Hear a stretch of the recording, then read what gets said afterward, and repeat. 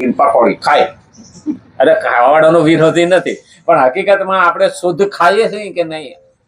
અનાજ ખાવું નહીં મહત્વનું છે, પેટ ખાલી ભરવું નથી. હા, ક્યાં ખાવું, કેવું ખાવું, કોનું ખાવું, કેવી રીતે ખાવું, આપણે ત્યાં એ મહત્વ છે. જ્યાં ત્યાં ન ખાવું, જેવું તેવું ન ખાવું, જેને તેને ત્યાં ન ખાવું. કોનું અનાજ આપણા પેટમાં આવે ને આપણું મગજ બગડે કોને ખબર. અને એવો વટકા એટલે કીધું છે જેનું તેનું ખાવામાં મજા નથી.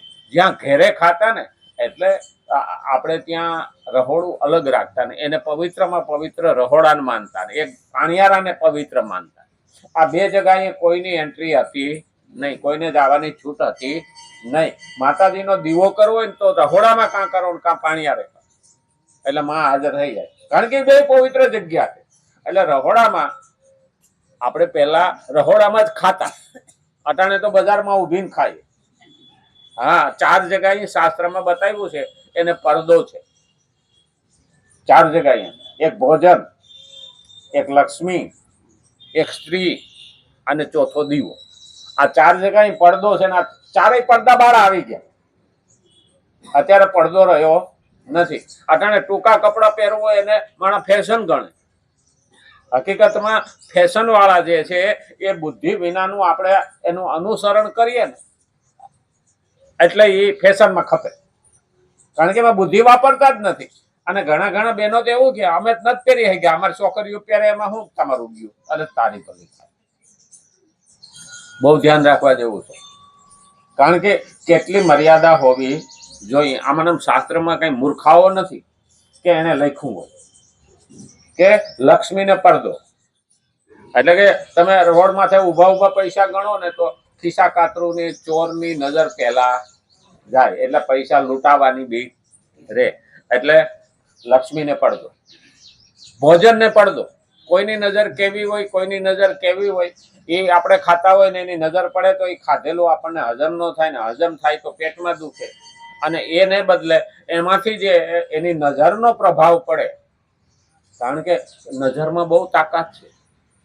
એટલે આપણે કહીએ કે નજર લાગી, એટલે નજરનો પ્રભાવ છે, તાકાત છે. એટલે કોઈની નજર ના લાગે એટલા માટે થઈ એને પણ પડદો છે. એટલે રહોડામાં ખાતા. ખેતર જઈને આપણે એક ખૂણામાં જઈને ઝાડવા હેઠે બેહીને ખાતા. ખેતર વાળાને ભાત ખાવું આપણે એમ કહીએ, ભાત અમારી બાજુ ભાત કહેતા. હવે આ બાજુ તો શું કહેતા હોય ખબર નહીં, ભાત જ કહેવાય ને. હા, એટલે પડદો છે. ભોજનને પડદો, લક્ષ્મીને પડદો અને સ્ત્રીને પડદો. શા માટે? સ્ત્રી છે એ આકર્ષક પાત્ર. ગમે એવી સ્ત્રી હોય ને એ આકર્ષણનું પાત્ર છે. તો જેની તેની નજર એના ઉપર પડે નહીં. એટલે એને ધ્યાનપૂર્વક, એટલે તો એની પાપણીઓ ઢળેલી રહે. બજાર વચ્ચે નીકળે તો આ તો લાદ તો મુસલમાનો આવ્યા એટલે આવી, નહીતર આપણે ત્યાં લાદ નથી. સ્ત્રી છે આકર્ષણનું પાત્ર છે. ભગવાને એને એ રીતે જ બનાવી. એની રચના જ એ રીતની છે કે એના શરીરની રચના પણ અલગ છે, એના મનની રચના પણ અલગ છે.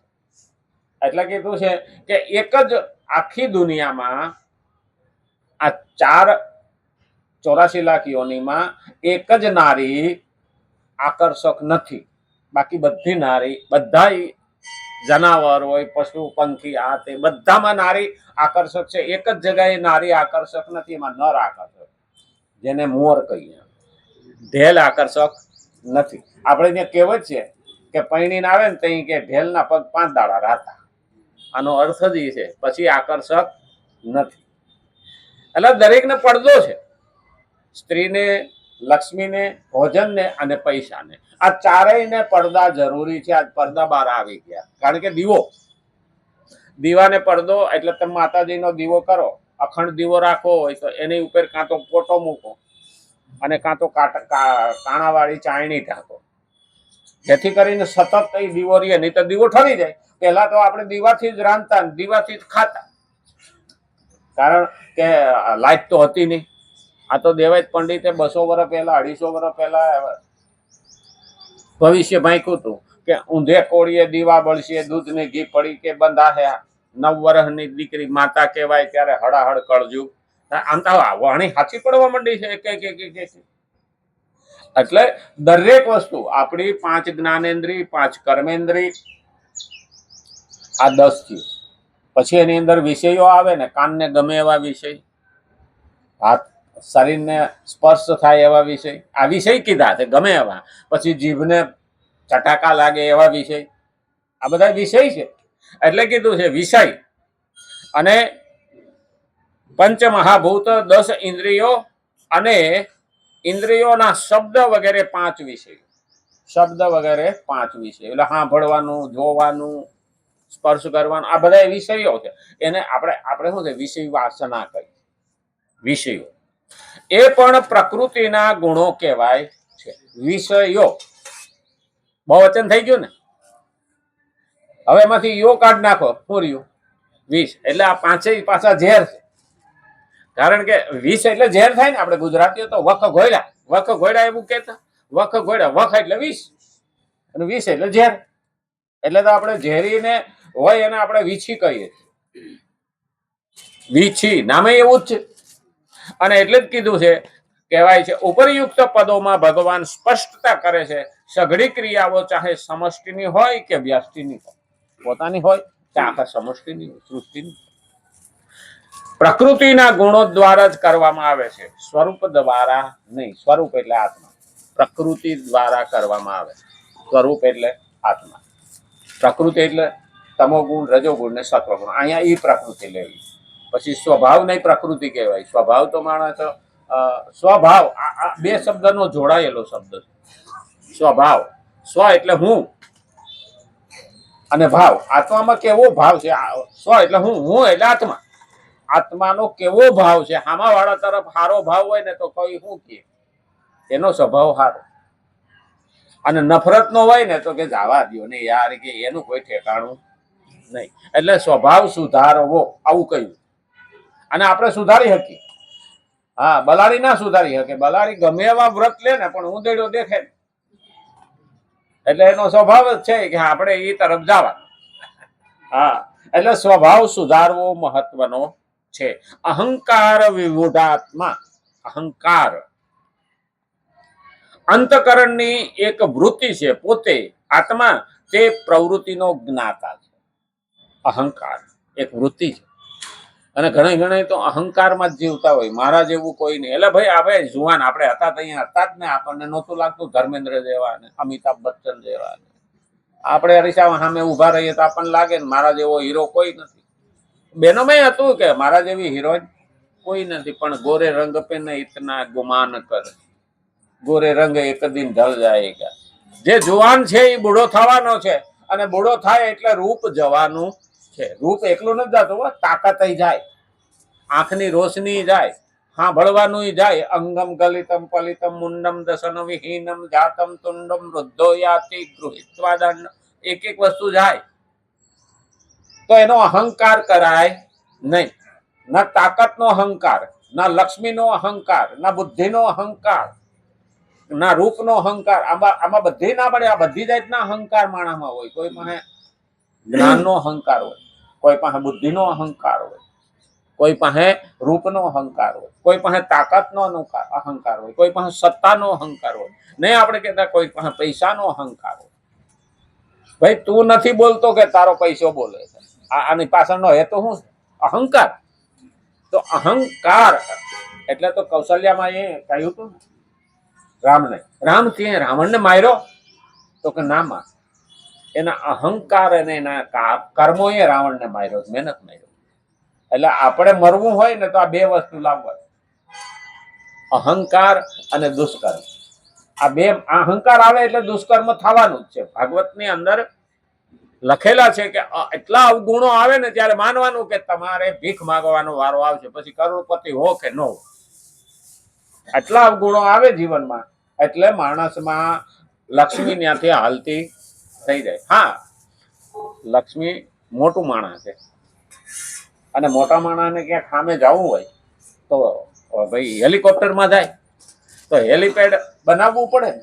સામે ક્યાંક જગ્યા તો એવી હેલિકોપ્ટર ઉતરે એવી જોઈએ ને, એટલે એને જાતા થોડી વાર લાગે. આપણા જેવા ખિસ્સામાં જાતા હું વાર લાગે? હા, એટલે આપણા જેવામાં તો એટલા ખરેખર તો આપણામાં એટલા ગુણ આવે નહીં.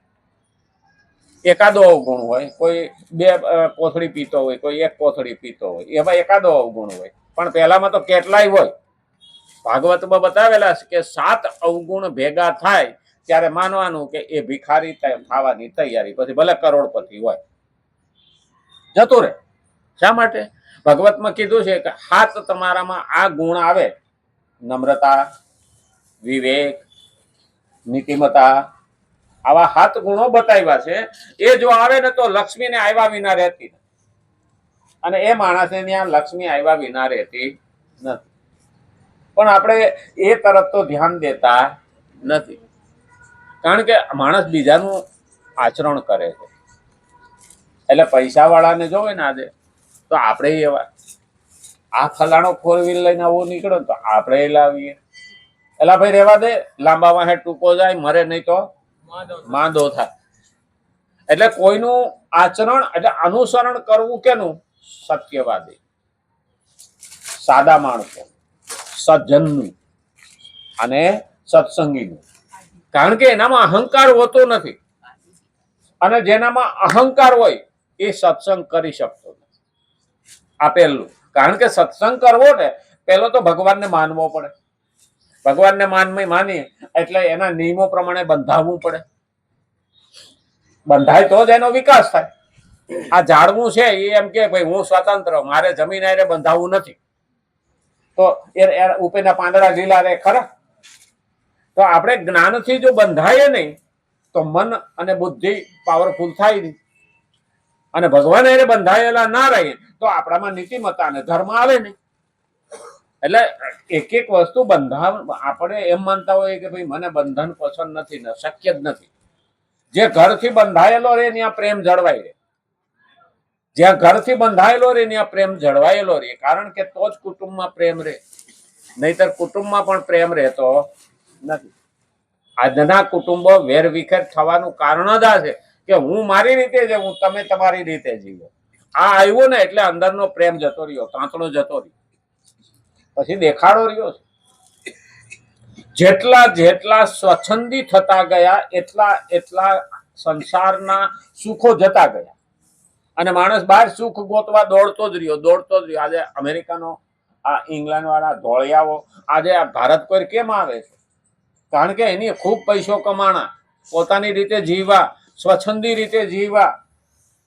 15 વર્ષનો છોકરો થયો એટલે હગો બાપ પણ એનો કાન પકડી ન શકે, નહીં તો જેલમાં જવું પડે. અને આપણે ઢાંઢા થયા વહુના વર તોય વાહમ ભઠ્ઠા પડતા, અને ત્યારે આપણે સુખી થયા. અને ત્યાં આજે એ નથી એટલે અરાજકતા આવી, માનસિક ટેન્શન આવ્યા, અને ત્યાર પછી એ લોકોને સુખ શાંતિ ને આનંદ જતો રહ્યો. એકલા રૂપિયાથી આનંદ નથી આવતો, એકલા રૂપિયાથી સુખ નથી આવતો, અને એકલા રૂપિયાથી શાંતિ નથી આવતી. રૂપિયા હોય ઘર ચલાવવામાં, રૂપિયા જરૂરી ચોથો ભાગ છે, જીવનનો ચોથો ભાગ છે. હમણાં જ આપણે કહ્યું ને, ચોથો ભાગ ધર્મ, અર્થ, કામ અને મોક્ષ.